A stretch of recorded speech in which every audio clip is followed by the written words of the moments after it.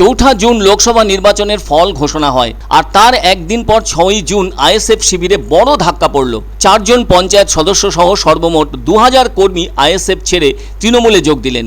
এমন ঘটনা ঘটেছে দক্ষিণ 24 পরগনা জেলার যাদবপুর লোকসভা কেন্দ্রের ভেতর ভাঙড় 2 নম্বর ব্লকের চালতাবেরিয়া অঞ্চলে। ওখানকার 4 জন পঞ্চায়েত সদস্য এদিন ক্যানিং পূর্বের বিধায়ক শওকত মোল্লার হাত ধরে ঘাসফুলের পতাকা হাতে নিয়ে তৃণমূলে যোগদান করলেন। লোকসভা ভোটে তৃণমূলের প্রার্থী সায়নী ঘোষ জয়লাভ করতেই কার্যত গুঞ্জন শুরু হয়েছিল চালতাবেরিয়া অঞ্চল জুড়ে। তাদের বক্তব্য, আইএসএফে থেকে কোনো ভবিষ্যৎ কিছু নেই, তার থেকে মমতা ব্যানার্জির দলে যাওয়াই ভালো। সে কারণে বৃহস্পতিবার জন্য তৃণমূলের হয়ে যোগদানের ক্ষেত্রে হিড়িক দেখা গেল। দাবি উঠেছে বিধায়ক নওশাদ সিদ্দিকীর সঙ্গ ভালো না লাগায় দল ছাড়লেন তারা। এ ব্যাপারে ক্যানিং পূর্বের বিধায়ক শওকত মোল্লার দাবি, আগামী দিনে আরও যে সমস্ত আইএসএফ নেতা কর্মী আছেন তারা সবাই একে একে তৃণমূলেই যোগ দেবেন। যদিও তৃণমূলে যোগদান করা আইএসএফ ছেড়ে আসা নেতা কর্মীরা জানান বিজেপিকে রুখতে পারে একমাত্র তৃণমূল, সেই কারণেই তারা তৃণমূলে যোগ দিলেন। বলাই যায় ভাঙড়ে আইএসএফে ভাঙন। একটা জিনিস কিন্তু বোঝা গেছে ভোটদানের হার দেখে, তাতে আইএসএফদের অনেকেই যে চুপি সারে তৃণমূল প্রার্থীকে ভোট যে দিয়েছেন সেটা ওই চটজলদি দলবদলের ব্যাপারে পরিষ্কার।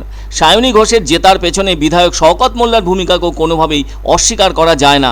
এখন যেন ভাঙড়ের শেষ কথা বলার লোক বলতে শওকত মোল্লাই। বোঝাই যাচ্ছে আইএসএফের ঘর ভাঙার বিষয় যেন শুরু হয়েছে, এমন দাবি কিন্তু ওয়াকিবহাল মহলের। এদিকে তৃণমূলে যোগদান করা নওশাদের দলের প্রাক্তনীদের দাবি, বিজেপিকে যদি কেউ রুখতে পারে তবে সেটা তৃণমূল, আর তাই সব দিক থেকে বাঁচতে তৃণমূল শিবিরে যোগদান করাটাই শ্রেষ্ঠ বলে মনে করছেন তারা। এদিকে দল ছেড়ে তৃণমূলে যোগ দেওয়ার বিষয় সম্পর্কে জানতে চাইলে এ ব্যাপারে কোনো আইএসএফ নেতা কিছুই বলতে চাননি। চুপ করে আছেন ভাঙড়ের বিধায়ক তথা আইএসএফ নেতা নওশাদ সিদ্দিকীও।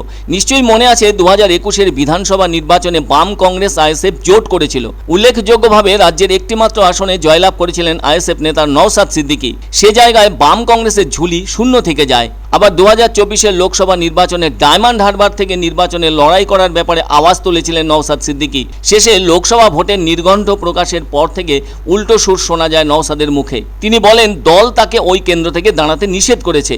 অবশ্য শেষটায় তার আর নির্বাচনে লড়তে হয়নি রাজ্যের একটি কেন্দ্র থেকেও। এ ব্যাপারে ওই সময় স্থানীয় তৃণমূল নেতাদের কটাক্ষ ছিল, হার নিশ্চিত জেনেই আর ওই কেন্দ্র থেকে দাঁড়াননি আইএসএফ বিধায়ক। এমনিতেই ভাঙড় নিয়ে নানা অশান্তির ছবি লক্ষ্য করা যায়। কেননা যেদিন ভোটের ফল গণনা হচ্ছে তার আগের রাতেও ভাঙড় যথেষ্ট উত্তপ্ত হয়েছিল। বোমা মারার ঘটনাও ঘটেছিল। ওই ঘটনাটি ঘটেছিল ভাঙড় 2 নম্বর ব্লকের উত্তর কাশীপুর থানার অন্তর্গত চালতাবেরিয়া অঞ্চলের পানাপুকুর এলাকায়। ঘটনাস্থল থেকে পুলিশ উদ্ধার করেছিল কয়েকটি বোমা এবং বোমা তৈরির সরঞ্জাম।